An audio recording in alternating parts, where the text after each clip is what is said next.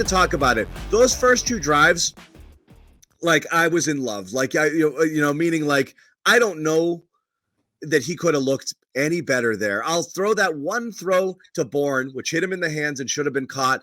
Tad rushed because I think pressure came that he wasn't expecting there. I think that's what I think that was City So there on that situation. City So missed his punch on Armstead. He just missed his block. He missed completely. He didn't block anything. And that kind of unexpectedly hurried him a tad, so he put a ball maybe a tick in front of Bourne, but I still think he should have caught that. Could have been a walk-in touchdown if it was on. Other than that, near perfect drive. Had one other throw that wasn't great in the first drive, but his command, his presence, his ability to kind of manipulate the pocket, getting through reads and progressions, the touchdown throw to Hasty, which again, questionable defensive alignment there with the Jags putting whoever they had out in coverage there. How was that? It was smart play call, smart recognition, and just a nice soft little flip when it came to an open receiver. He never forced a ball. He never did. He always went to the right read, made the smart play in those first two drives, I thought. Yeah. Okay, first two drives. I know it's that weird FaceTime camera thing. And I think when they got behind and things got later, he forced a ball or two in there. But he made some great decisions and some, amazing professional throws there. I'll say actually on the one to Polk along the sideline that he got his bell rung a little bit. I think a little more velocity. That was a little Mac-ish there. I think I'd like to see Polk plant his feet and come back to the ball a little bit more strongly rather than continuing to drift. So there was, and then he threw another soft one that could have been picked in the flat one time, so he made obviously maybe 3-4 throws you'd like to have back and a couple of decisions.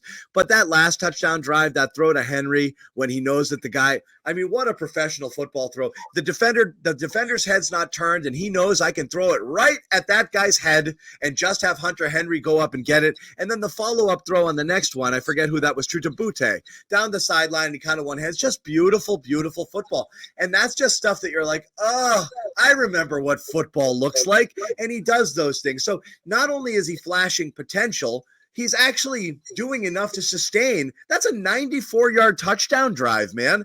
That's legitimate stuff to build on with a team that doesn't have a lot going for it. You can nitpick, and of course there's going to be mistakes. I think it's insane. I saw somebody tweet out there like throws like that are why you got to be worried, what it's going to be like playing Maye. I'm like, are you nuts? Like, is there anything he's doing right now that doesn't lead you to believe that like this is a legit NFL quarterback who's playing well beyond expectation given the personnel limitations around him and what we were led to believe about him coming in, which is really raw, going to make some mistakes, going to be rushed, going to be sped up. He's not at all. That's the most amazing thing. Taylor, I'll take this every day. If you're going to judge a quarterback by one thing, it's not getting flustered, not the game not going too fast, not getting super sped up, and being able to get through some of your progressions. We've seen guys in year 2 look like all-stars on some plays, but unable to get off their first read. And the second they don't see it, they just get happy feet and they break the pocket. He's not doing that at all. In fact, I'd like to see him leave the pocket a little bit more. I think he's staying in there sometimes too much. I think he could step up in it. I think he could even recognize that he could go and use his legs more than he's doing it now. I can't possibly be more like over the moon with the first couple of starts relative to the bumpy road I thought he'd be facing as he entered here. I didn't expect this. It's been the full Drake Maye experience for me, honestly. Like, it's about what I was expecting. I was like, okay, if they get him on and at least the footwork is like kind of cleaned up or something and it's a little more consistent, blah, blah, blah, get him up to NFL speed. I figured it was going to be that where you see the inconsistent accuracy past 2 games that's shown up. And like, because you have the wow throws, it's like what a lot of his college coaches said. It's like, okay, if he misses like a throw to the flat, he's also going to be making throws that other quarterbacks can't make point blank, period. So a lot of the Drake Maye experience is kind of forgetting some of the bad throws, unless like, obviously if he costs you the game, maybe that'll happen. But Drake was one of the only reasons they were competitive in the game. Like you said, the throw that he made where he saw the linebacker's back turn, those are throws that we weren't even seeing Jacoby or Mac Jones or Bailey Zappi even attempt. And then the touchdown on that drive, that was my favorite because he knew that Hunter Henry was influencing that middle linebacker and knew he would have a void over him. I was like, oh, I still have full body chills. Like, that's the kind of stuff you want to see from this kid because it's like, I will gamble on him being better with, sometimes he does do the superhero thing where it's not even like a Josh Allen decision where you're like, I don't even know what you were thinking. It's more like, don't do that, but he doesn't usually compound those mistakes. The accuracy, some of the decision-making does need to improve, but for the most part, like you saw, he gives them life. On third down, I don't just feel like it's an automatic loss in those situations because you saw the beginning of the game, they couldn't stop him on the money downs. And that's where, with Jacoby Brissett, so often you're like, oh, they're backed up. We have no shots. So, Drake was awesome. He didn't really play a whole lot after those first couple of drives. So I know. Hard to say anything. That's the thing is it felt incomplete, right? Because where we were headed and where we ended up feels incomplete because at the end of the day, you kind of look at it and you're like, I guess it feels kind of underwhelming because it was headed towards a place that you thought it would be better, but they got beat up on the time of possession game. I think, as I said, that second quarter where things got away from them and they had a couple of those wasted drives, and then Jacksonville scored on consecutive, drives there, and then they just rammed it down their throat and held onto the ball. At that point, you're down. You couldn't run anymore. The offense became predictable. You're losing people. You lost both Douglas, and then later in the game, you lost Polk. There just wasn't really much to go with there. And they still put together a drive late in the game to be able to score there. So I thought that was, again, encouraging, but you're right. It almost kind of like you took like 2 periods off where you're like, I didn't even get to see Drake. So you wanted to see more. I wanted to see more. And that's why I say these expressions frighten me a little. Sorry. No, just also I'm thinking about, I literally, my face says what my brain is thinking. I'm sorry. But it's also pretty weird that Antonio Gibson didn't play. Yeah, I know. Phased out. Hasty outsnapped him. Yeah, I know. It looked like he got banged up early on, but he played a snap in the third quarter. I think he was back there for returns, I'm pretty sure. Let me just double check. But yeah, that was another weird one because this was a game where I thought that he could actually have a pretty significant role. Oh, I guess we didn't have any returns. Yeah, maybe he was banged up. I'm not sure. I thought he could have a pretty significant role. But yeah, I'm sorry. That was just one that popped up in my head. But you said it. It feels incomplete because, one, I thought they'd go downfield more often. But also, I feel like I'm going to look back and be like, oh, they really couldn't because they had so many 3 and outs. Basically, they scored the touchdown. I think the only first down they had before their touchdown drive after that came on a penalty. Everything else was 3 and out. So, yeah it just I can't wait to look at this just so I can have a better idea of exactly what happened, but also I know that it's just going to be a slog watching this back later.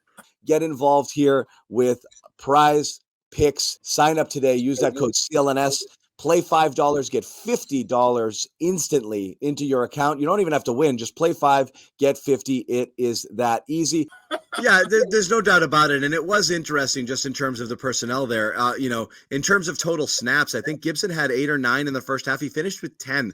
Jermichael Hasty outsnapped him with 20. Ramondre Stevenson played 30 snaps there. And just in terms of opportunity, Hasty had 5 targets, 2 carries. Gibson all game long, 1 target, 3 carries. Ramondre not heavily involved as well because, again, the run game, which is supposed to be a strength of this team, was nowhere to be found. And which is why, again, I say in terms of the conservative play calling, I do believe that the only path to victory or success today was to put the ball in Drake's hands and live with the good and live with the bad and let it kind of go. And they went away from it. And for 2 quarters, it's almost like the Patriots didn't touch the ball. And that's what killed you. And also, I'm looking back just to see, because I think the reason it kind of didn't show up for Antonio Gibson, I don't think the Patriots ever even acknowledged that he was hurt. And I'm looking back, they never had a report on him. And I think didn't they keep him in on kick returns? It was him and Hasty, I feel like, every time. Yeah. So I'm sorry. It was Hasty. Yeah, so that's bothering me. I don't understand why he was a kick returner still. They never acknowledged that he was injured from the team account, because all the other injuries, usually they'll say so-and-so is questionable to return whatever. Yeah. Maybe they were being very cautious. I don't know. That just felt like a weird part of the game plan. Not that obviously it mattered because the run game couldn't get anything going, and the pass got out of hand. Couple updates from the locker room. Jelani Tavai on Gerard Mayo's soft comments. We got to look in the mirror, understand what he's saying, and if we're okay with being soft, then some people will fall off, and the rest of us want to prove that's wrong. Step up and make sure that doesn't happen. Drake May also addressed it. And he said, Coach Mayo's not going to come in here and say something he hasn't said to us in the locker room. I think we're not tough. Is that right? Yeah, I think we're not tough. And he always preaches being tough. The guys know we've got to man up. You're being called out by a 22-year-old rookie in his second game who's doubling down on the tough thing. I used to joke about this regarding the Celtics in their days where pre-championship days where there was a lot of, maybe even the last year of Brad Stevens, there was a lot of we. Okay, there's only 12 guys on the team, but 8 guys would say we. And no one would say I, it was almost like, the Spider-Man meme, like we've got to be better. And they don't mean we, they mean everybody else. But if everybody's saying we, then nobody's thinking it's them. And that the we bothers me a little. I always like people to start with I, and Hunter Henry took charge with the dumb mistakes and the penalties in the second quarter. He's like, I made a huge mistake on a false start and I got to put that on me. I like the internal stuff to start with. And again, this is just shit that they say to the media, and it's not always well thought out. It's right after a game. Their blood is still up. I give them a lot of leeway on exactly how things are worded, but generally speaking, I think you do I got to be better, and I'm sure everyone else feels the same. And that's how I want to hear it. I hate the we, because we kind of means I'm saying we, but I don't mean me, and I don't like hearing that as much. That's my take. And they always say the look in the mirror thing, because I know that's one of Gerard Mayo's mottos. Offensively, I honestly do feel like they usually acknowledge when they specifically make a mistake. Like Hunter Henry usually does a good job of that. Like Drake does a good job of that. Jacoby mostly did. He kind of got to the point where I think he got sick of defending himself because he knew he was in a shitty situation.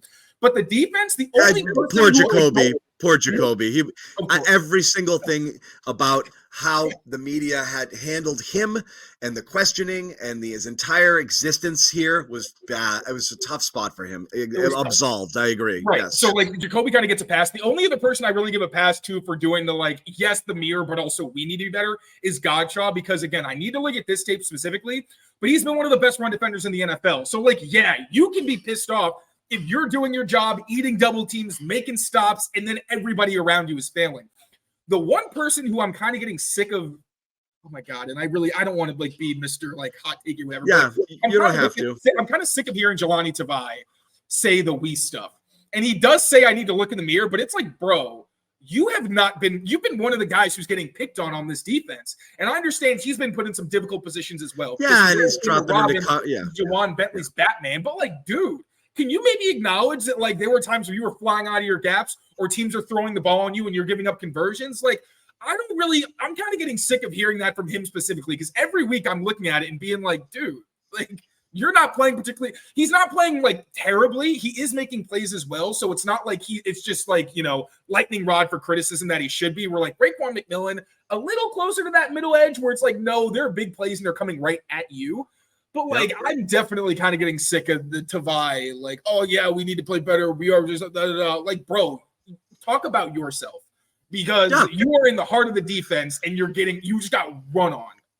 Yeah, and I think that's that's part of the thing. So again, I guess to close, it's hard to know. Mercifully, no, I know. To close, this was a tough one, right? And that's why there's a little bit of a ranting sort of thing going on, because it's that whole where it started, where things ended sort of thing. But that's where we're at.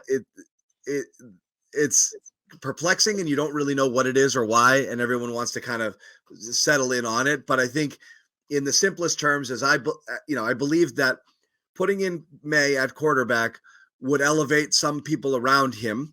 And that's his job. I also believe in order to elevate the play of the people around you, I think a lot is going to fall on the coaching, which is why you're going to point the finger there too, which is hey, this is the ingredients we have. Make a meal that's palatable, do the best that you can here. Right. That's it. It's I don't expect 5-star stuff here, but you got to find a way to go back to Cincinnati week 1 professional football. Have to find a way to get there.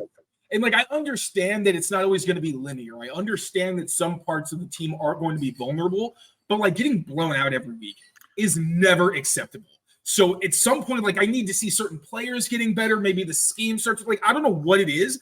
I feel like there's little signs of growth, and then it's just something else that's so catastrophically bad, it undercuts the progress they're making. So, like, stop beating yourselves, minimize these negative plays that are just costing you these games, and just, like, let's see some professional football again. I understand they're not going to be perfect. Yeah. I just want to see some consistency or some. And that was it.